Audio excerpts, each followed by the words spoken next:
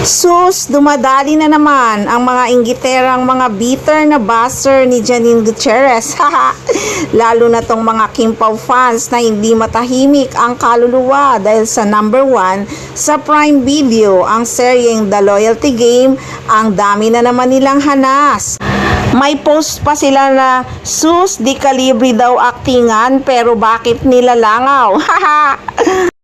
Hindi na naman nila matanggap na number 1 sa Prime Video ang seryeng The Loyalty Game. Hi guys, this is Janine. Gusto ko lang magpasalamat. Thank you so much for making The Loyalty Game number 1 on Prime Video PH. Sobrang happy namin na Yung serye lang daw ng idol nila ang sobrang lakas sa Prime Video. Hindi sila talaga matahimik, no? Stress na stress talaga sila pag pinag-uusapan sa social media ang mga projects ni Janine Gutierrez.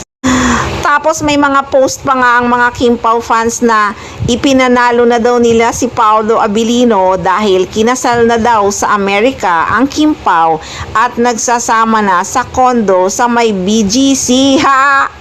Eh di ba dapat masaya na sila? Di pa kayo tumitigil sa kababas kay Janine Gutierrez? Inggit na talaga yan. Sobra.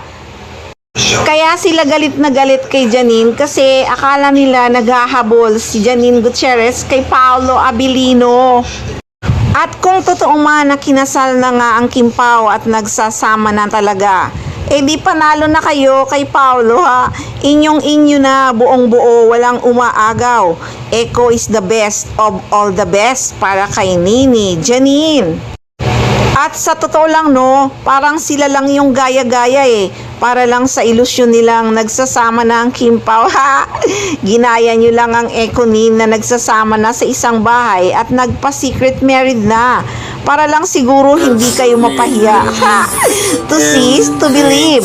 Ang Ekonin kahit saang event nagpupunta, magkasamang pumupunta, magkasamang umuuwi. Ha! Kayo, ang mga ilusyonada, magkasama lang sa harap ng kamera.